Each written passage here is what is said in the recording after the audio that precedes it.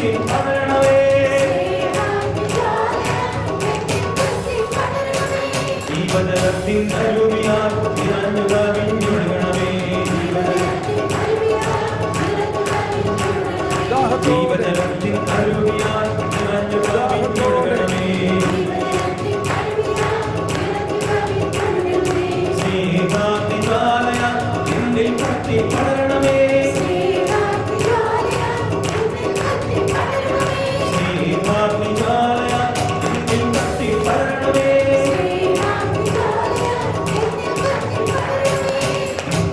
എന്നിൽ വാഴും ആത്മാവേ എന്നിൽ കത്തി പടരണമേ എന്നിൽ വാഴും ആത്മാവേ എന്നിൽ കത്തി പടരണമേ എന്നിൽ വാഴും ആത്മാവേ എന്നിൽ കത്തി പടരണമേ എന്നിൽ വാഴും ആത്മാവേ എന്നിൽ കത്തി പടരണമേ എന്നിൽ വാഴും ആത്മാവേ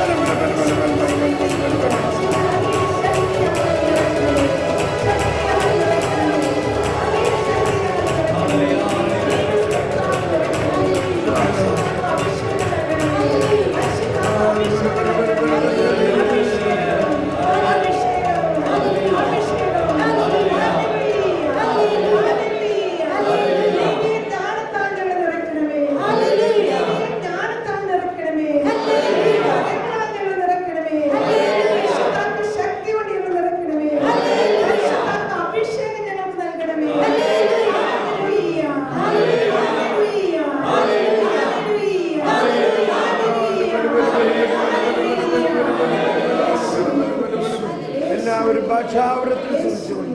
ഭാഷാവരത്തിൽ സ്തുതിച്ചുകൊണ്ട് ആത്മാവിൻ്റെ പ്രാർത്ഥന, ആത്മാവ് പ്രാർത്ഥിക്കുന്നു, ഭാഷാവരത്തിൽ പ്രാർത്ഥിക്കുന്നു.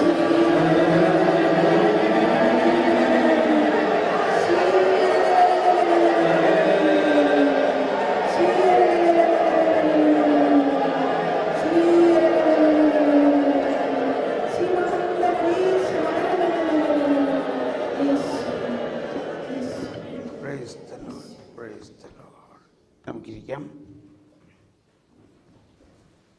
നമ്മുടെ കൂടെ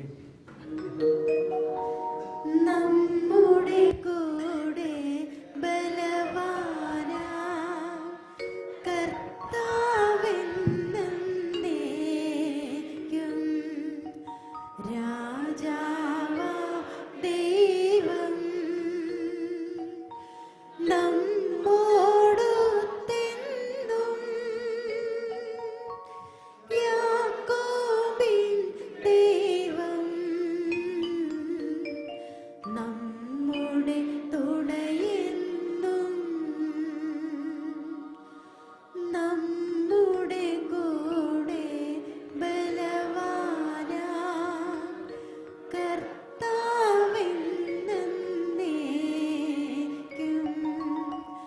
രാജാവാ ദൈവം നമ്മോടൊത്തെന്നും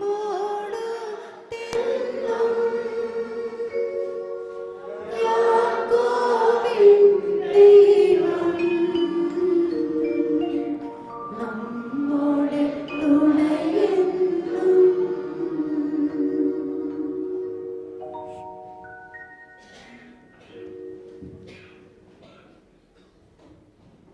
Praise the Lord.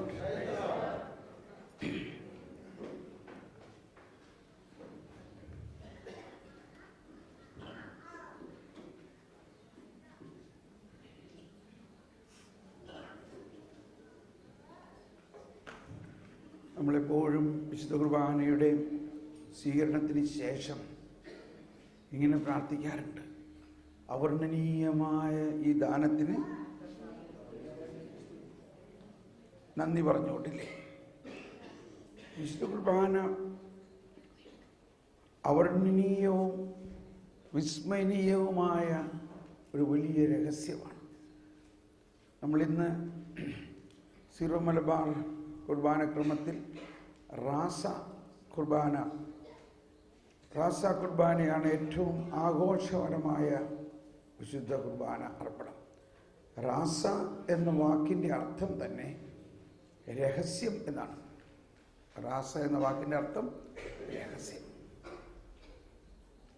അപ്പോൾ കുർബാനയിൽ ഉടനീളം വിസ്മയനീയത നിറഞ്ഞു നിൽക്കുന്നുവെന്നും അത് ഉൾക്കൊള്ളാൻ മാമോദീസ സ്വീകരിച്ച വിശ്വാസികൾക്ക് മാത്രമേ അത് സാധിക്കുകയുള്ളൂ. മാത്രമല്ല, ഇപ്പോൾ ഈ ദിവസങ്ങളിൽ നമുക്ക് മനസ്സിലായി, മാമോദീസ സ്വീകരിച്ചാൽ മാത്രം പോരാ, ആ മാമോദീസയിൽ അടങ്ങിയിരിക്കുന്ന കൃപാവരത്തിൻ്റെ വ്യത്യസ്തമായ പ്രവർത്തനങ്ങളെക്കുറിച്ച് നമ്മൾ പഠിക്കുകകൂടി ചെയ്തു കഴിഞ്ഞാലേ ഈ രഹസ്യങ്ങളിലേക്ക് നമുക്ക് പ്രവേശിക്കാൻ പറ്റുള്ളൂ. അപ്പോൾ അങ്ങനെ നമ്മൾ ഈ ദിവസങ്ങളിലെല്ലാം പഠിച്ച് ഒരുങ്ങിയിരിക്കുന്നത് കൊണ്ട് ഈ വളരെ വളരെ അനുയോജ്യമായ ഒരു സമയമാണ് ഇതുപോലെ ഒരു വിസ്മരണീയമായ ആ ദൈവാനുഭവത്തിലേക്ക് നമ്മൾക്ക് നീങ്ങുന്നത്.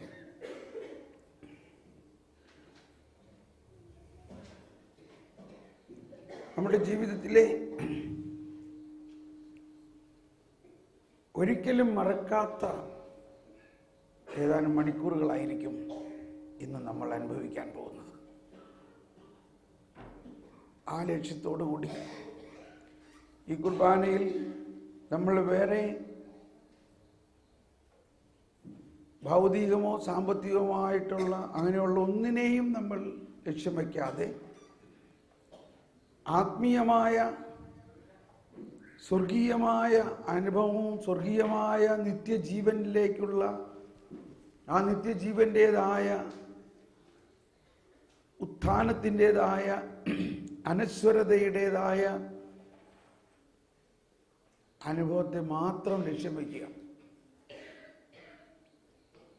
ദൈവനീതിയുടെയും ദൈവരാജ്യത്തിൻ്റെയും ഏറ്റവും വലിയൊരു അനുഭവമാണ് നമുക്കിതിൽ ലഭിക്കാൻ പോകുന്നത്.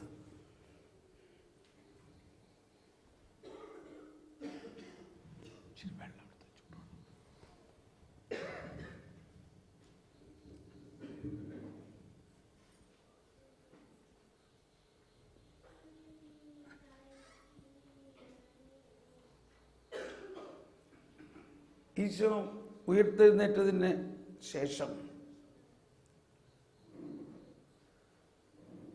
അഥവാ ഇങ്ങനെ ചിന്തിക്കാം, ഈശോയുടെ പരസ്യ പ്രഘോഷണ കാലഘട്ടത്തിൽ ഒരു വലിയ ജനാവലി അവൻ്റെ കൂടെ അവനെ കാണാനും കേൾക്കാനും അത്ഭുതങ്ങൾ അടയാളങ്ങൾ അനുഭവിക്കാനും എല്ലാം കൂടിയിരുന്നു. എന്നാൽ ഇവരാരും തന്നെ ആ കാൽവരിയിൽ യേശുവിൻ്റെ പീഠാനുഭവത്തിലേക്ക് യേശു പോകുമ്പോൾ ഇവരാർക്കും അവിടെ എത്താനുള്ള ഭാഗ്യമോ അവസരമോ ഉണ്ടായില്ല. വളരെ ചുരുങ്ങിയ വിരലിലെണ്ണാവുന്ന കുറച്ച് പേർ മാത്രം, പരിശുദ്ധ അമ്മ, മഗ്ദലന മറിയം, കോസായിയുടെ ഭാര്യ, ക്ലോപ്പാസിൻ്റെ ഭാര്യ, അങ്ങനെ കുറേ മറിയങ്ങളും, സൂസന്ന ഉണ്ടായിരുന്നിരിക്കാം, പിന്നെ യോഹന്നാൻ, ഇങ്ങനെ കുറച്ച് പേര് മാത്രം. ഇതാണ് ഒരു ജനാവലി. അന്ന് ഈ വിസ്മയനീയതയിലേക്ക് കടക്കാനുള്ള അവസരം കിട്ടിയില്ല. എന്നാൽ ഇപ്പോൾ നമ്മളും ജീവിക്കേണ്ടത്, മോനെ ഇതിനൊരു മെറ്റാലിക് സൗണ്ട് വരുന്നതെന്ന് കുറച്ച്, നമ്മുടെ ജീവിതത്തിലും വലിയ കൺവെൻഷനുകളും വലിയ ജനാവലിയോട് സുവിശേഷം പ്രഘോഷിക്കുന്ന ഒരു അവസ്ഥ നമുക്കുണ്ട്. അത് വേണം. പക്ഷേ അത് പോരാ. കുറച്ച് പേർ ആ മർമ്മപ്രധാനമായ ദൈവിക രഹസ്യങ്ങളെ ഉൾക്കൊണ്ടുകൊണ്ട് വീര്യമുള്ള പുളിപ്പാകണം, വീര്യമുള്ള പുളിപ്പ്. അങ്ങനെയുള്ള കുറച്ച് പേരിലൂടെയാണ് അത് പടർന്ന് ജനാവലിയിലേക്ക് പടരും. അങ്ങനെ ഈശോയുടെ ആ പെസഹ രഹസ്യങ്ങളെല്ലാം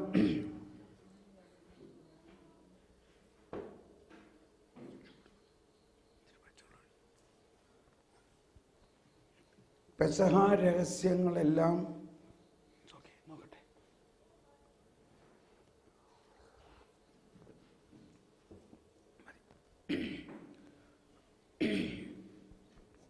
അവിടുത്തെ ആ പെസഹ രഹസ്യങ്ങളെല്ലാം കഴിഞ്ഞ് മുൻപരളി ചെയ്തിരുന്ന പോലെ ഈശോ ഉയർത്തെഴുന്നേറ്റു. വിജയശ്രീ ലാളിതനായി ഉയർത്തെഴുന്നേറ്റ ഈശോ ഒരു വലിയ ജനാവലിയിലേക്ക് പോകാമായിരുന്നു. പക്ഷേ പോയോ? വെറും 2 പേർ, എമ്മൗസിലേക്ക് പോയിക്കൊണ്ടിരിക്കുന്ന ആ 2 പേരിലേക്കാണ് ഈശോ പോയത്. അവർ ആരായിരുന്നു? 2 പേർ ശിഷ്യന്മാരായിരുന്നു. അതിനകത്ത് ഒരാളുടെ പേര് നമുക്കറിയാം, ക്ലയോപ്പാസ് എന്നായിരുന്നു. അടുത്ത ആളുടെ പേര് ആർക്കെങ്കിലും അറിയോ? അടുത്ത ആളുടെ പേര് ആർക്കെങ്കിലും അറിയോ? അടുത്ത ആളുടെ പേര് അവിടെ എഴുതിയിട്ടില്ല അല്ലേ? ആരായിരിക്കാം?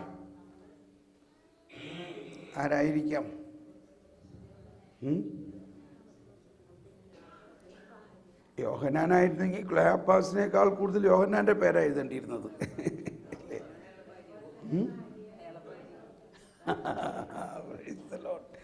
ക്ലയോപ്പാസിന്റെ ഭാര്യ അവിടെ ഉണ്ടായിരുന്നു എഴുതിയിട്ടുണ്ട് അല്ലേ?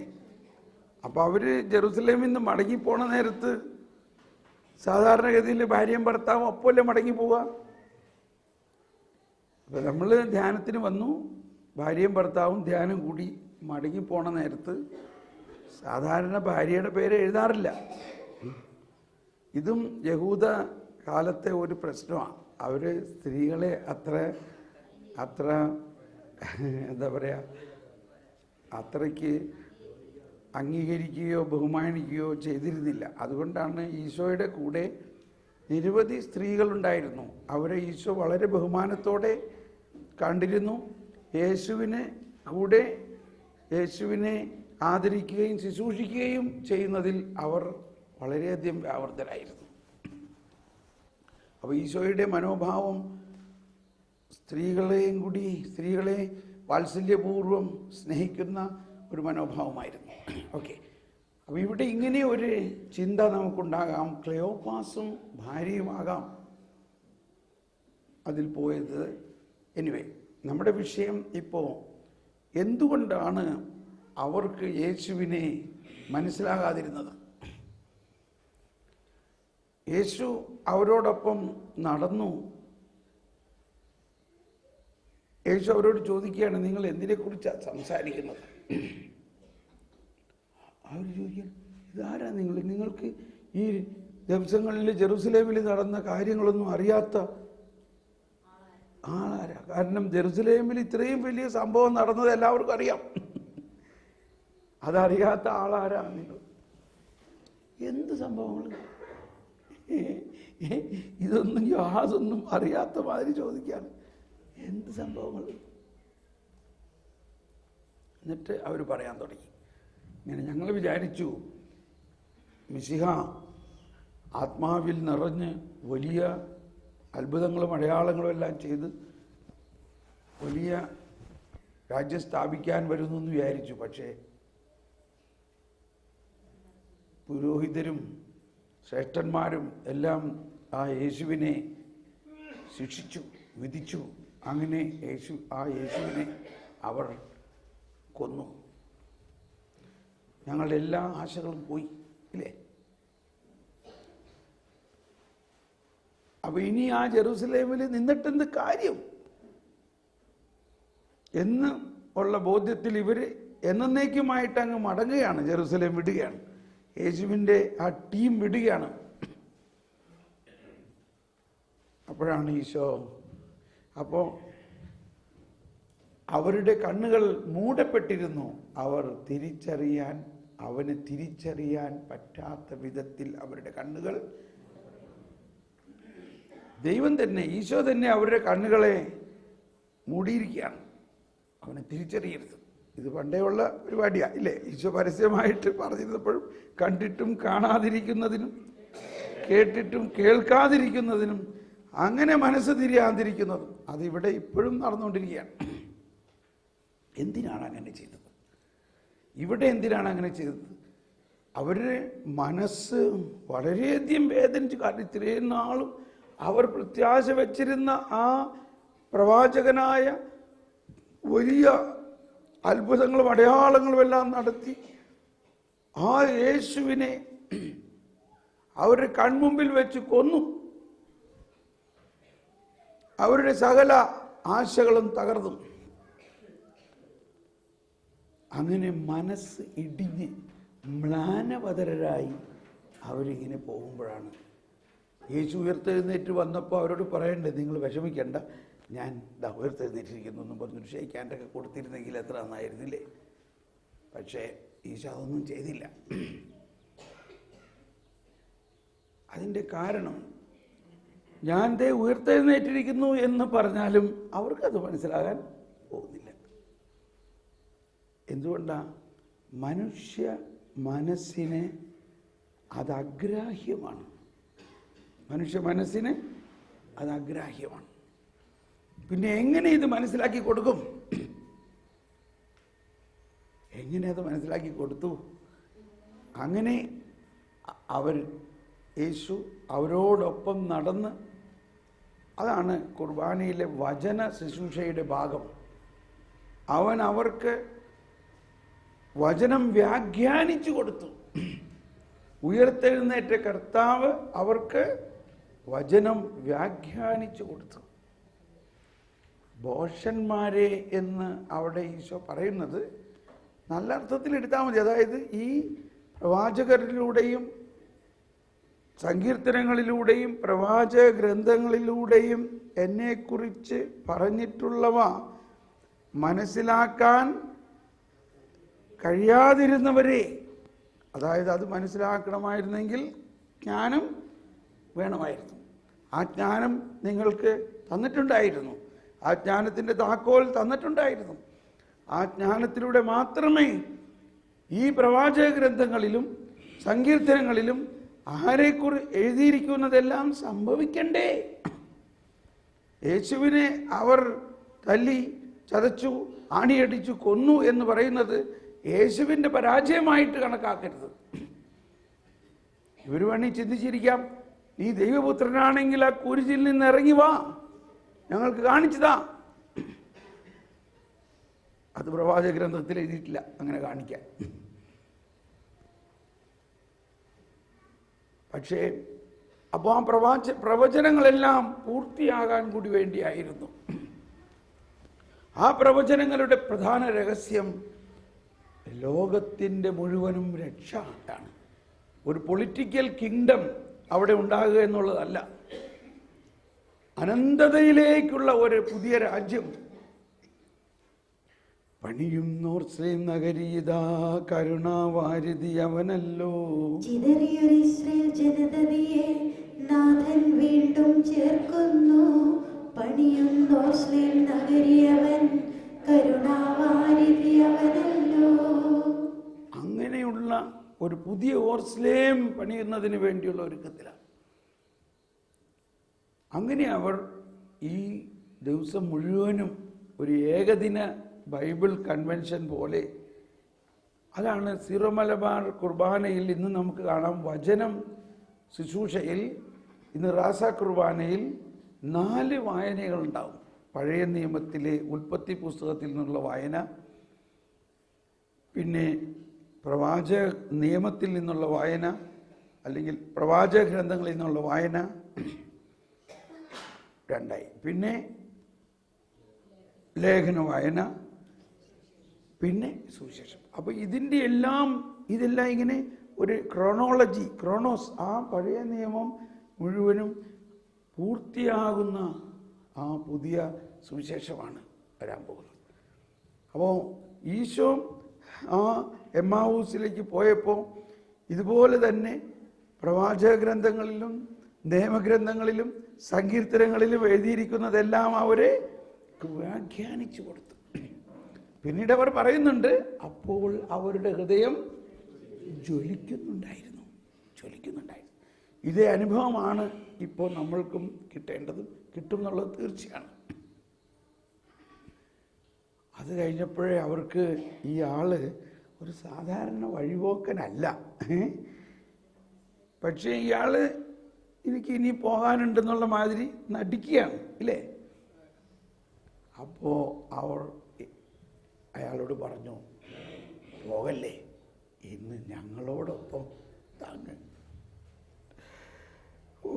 എൻ്റെ മേലൊക്കെ കോരിത്തിരിക്കാതെ പറയുമ്പോൾ ഇന്ന് ഞങ്ങളോടൊപ്പം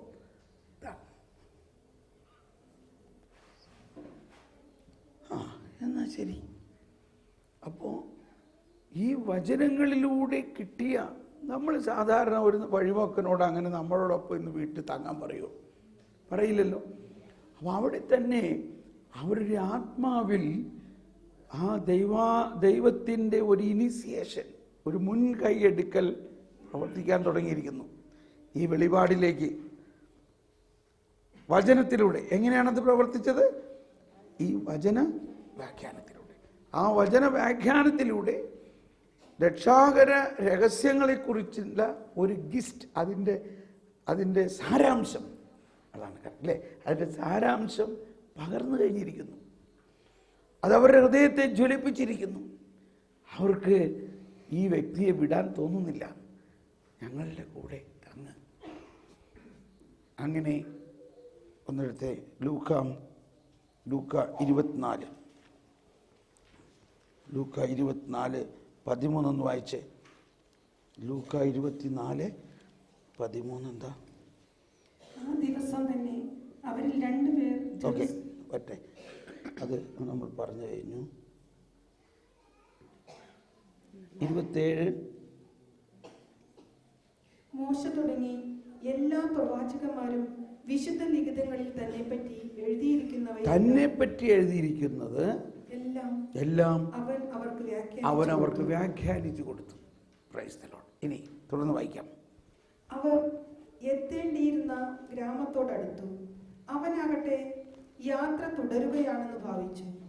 അവർ അവനെ നിർബന്ധിച്ചുകൊണ്ട് പറഞ്ഞു, ഞങ്ങളോട് കൂടെ താമസിക്കുക. നേരം വൈകുന്നോരും വൈകുന്നു. പകൽ അസ്തമിക്കാറായി. അവൻ അവരോടുകൂടെ താമസിക്കുവാൻ കയറി. അവരോടൊപ്പം ഭക്ഷണത്തിനിരുന്നപ്പോൾ അവൻ അപ്പം എടുത്ത് ആശീർവദിച്ച് മുറിച്ച് അവർക്ക് കൊടുത്തു. അപ്പോൾ അവരുടെ കണ്ണ് തുറക്കപ്പെട്ടു. അവർ അവനെ തിരിച്ചറിഞ്ഞു. പക്ഷേ അവൻ അവരുടെ മുമ്പിൽ നിന്ന് അപ്രത്യക്ഷനായി. അവർ പരസ്പരം പറഞ്ഞു, വഴിയിൽ വെച്ച് അവൻ വിശുദ്ധ ലിഖിതം വിശുദ്ധീകരിച്ചുകൊണ്ട് നമ്മോട് സംസാരിച്ചപ്പോൾ നമ്മുടെ ഹൃദയം ജ്വലിച്ചിരുന്നില്ലേ? അവർ അപ്പോൾ തന്നെ എഴുന്നേറ്റ് ജെറുസലേമിലേക്ക് തിരിച്ചുപോയി. അവിടെ കൂടിയിരുന്ന 11 പേരെയും അവരോടൊപ്പം ഉണ്ടായിരുന്നവരെയും കണ്ടു. അപ്പൊ ഇവിടെ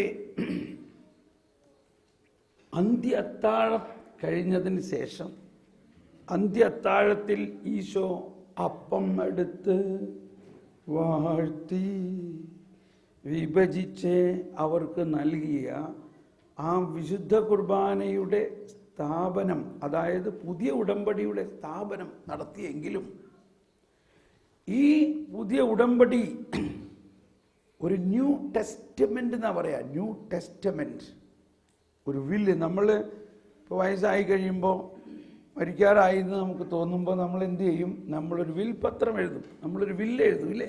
ഒരു ടെസ്റ്റമെൻ്റ് എഴുതും. എന്നിട്ട് അത് നമ്മൾ വിശ്വസ്തരായ മൂത്ത മകൻ്റെ അടുത്തോ ആരടുത്ത് ഏൽപ്പിക്കും.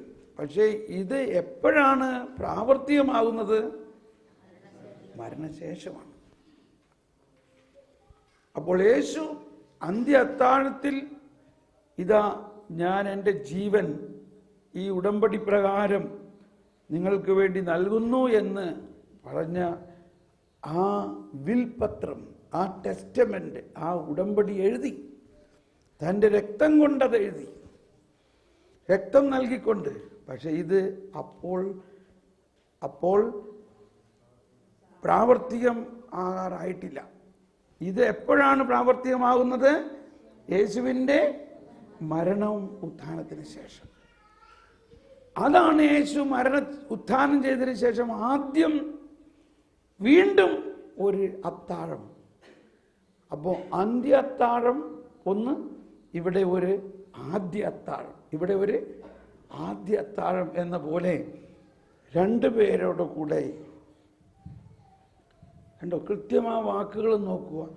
അവൻ അപ്പമെടുത്ത് വാഴ്ത്തി വിഭജിച്ച് അവർക്ക് നൽകി. അപ്പോൾ അവരുടെ കണ്ണുകൾ തുറക്കപ്പെട്ടു. അവർ തിരിച്ചറിഞ്ഞു, ഇത് നമ്മുടെ യേശു ആണല്ലോ. പക്ഷേ ആളെ കാണാനില്ല. ഉടനെ ഈ 12 കിലോമീറ്റർ ജെറുസലേം മുതൽ എമ്മാവൂസ് വരെ നടന്ന് അവരോടുകൂടെ വന്ന ആ വ്യക്തി, അവരുടെ മുമ്പിലിരുന്ന് അപ്പമെടുത്ത് വാഴ്ത്തിക്കൊടുത്ത ആ വ്യക്തി സഡൻലി ഡിസപ്പിയേർഡ്. പെട്ടെന്ന് അവിടെ ഇല്ല. എന്തുകൊണ്ട് അവിടെ ഇല്ല? ആ യേശു അപ്പമായി മാറി. Price the Lord.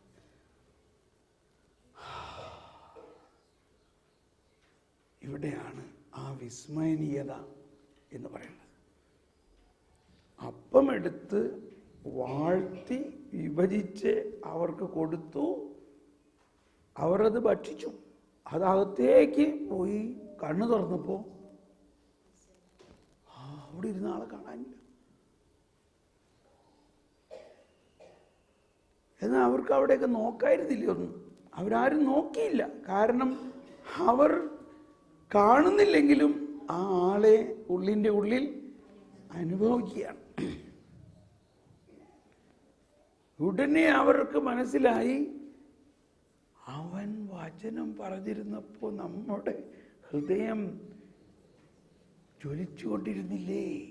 ഇപ്പോൾ ആ ജ്വലനത്തിൻ്റെ അടുത്ത പടിയിലേക്ക് കടന്നിരിക്കുന്നു. ഒരു ഭയങ്കര അനുഭവം. അവർ ഇനി ജെറുസലേമിൽ പോകണ്ട, ഇനി ഈ പ്രസ്ഥാനവുമായിട്ട് യാതൊരു സംബന്ധവും വേണ്ട എന്ന് പറഞ്ഞ് തിരിച്ചു പോരുകയും 12 കിലോമീറ്റർ 7 മൈൽ നടന്ന് ഇവിടം വരെ വന്ന ക്ഷീണിച്ച് മ്ലാനവതരായ അവരിലേക്ക് ഉടനെ ഒരു സഞ്ജീവന ശക്തി അവരിലേക്ക് അങ്ങ് ഉജ്ജ്വലിക്കുകയാണ്. അവരെഴുന്നേറ്റു. അവർ പറയുകയാണ്, നമുക്ക് ഉടനെ ജെറുസലേമിലേക്ക് പോകണം. ഉടനെ അവർ ജെറുസലേമിലേക്ക് തിരിഞ്ഞു.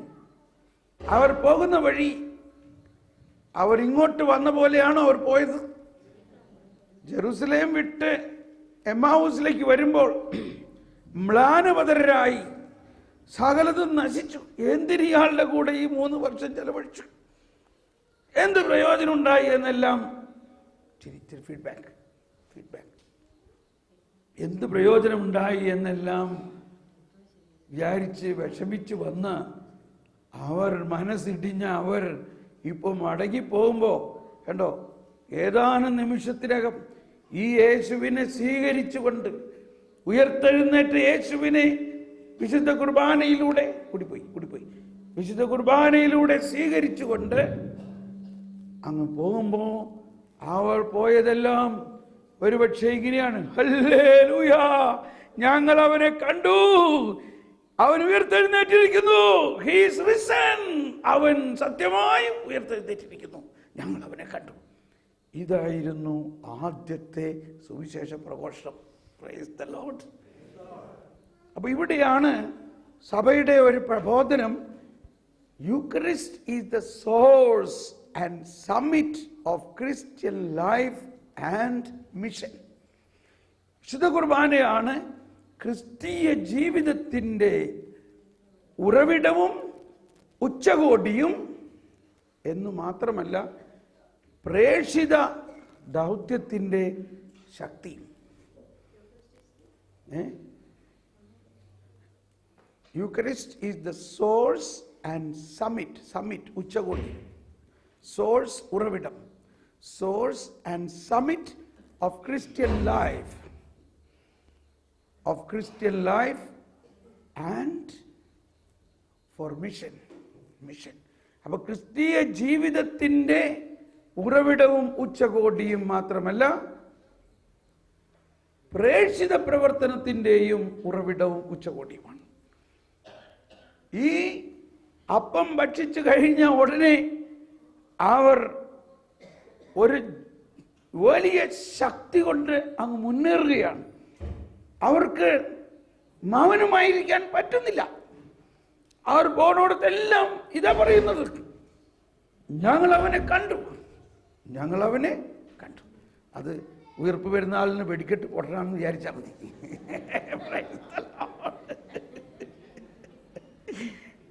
ഇല്ല, ചിലത് നമ്മളെ ഡിസ്റ്റർബ് ആക്കുമെന്ന് വിചാരിക്കും. എന്ത് ചെയ്യാൻ പറ്റും? ഉയർപ്പ് പെരുന്നാളിന് വെടിക്കെട്ട് പറ്റണ്ടേ?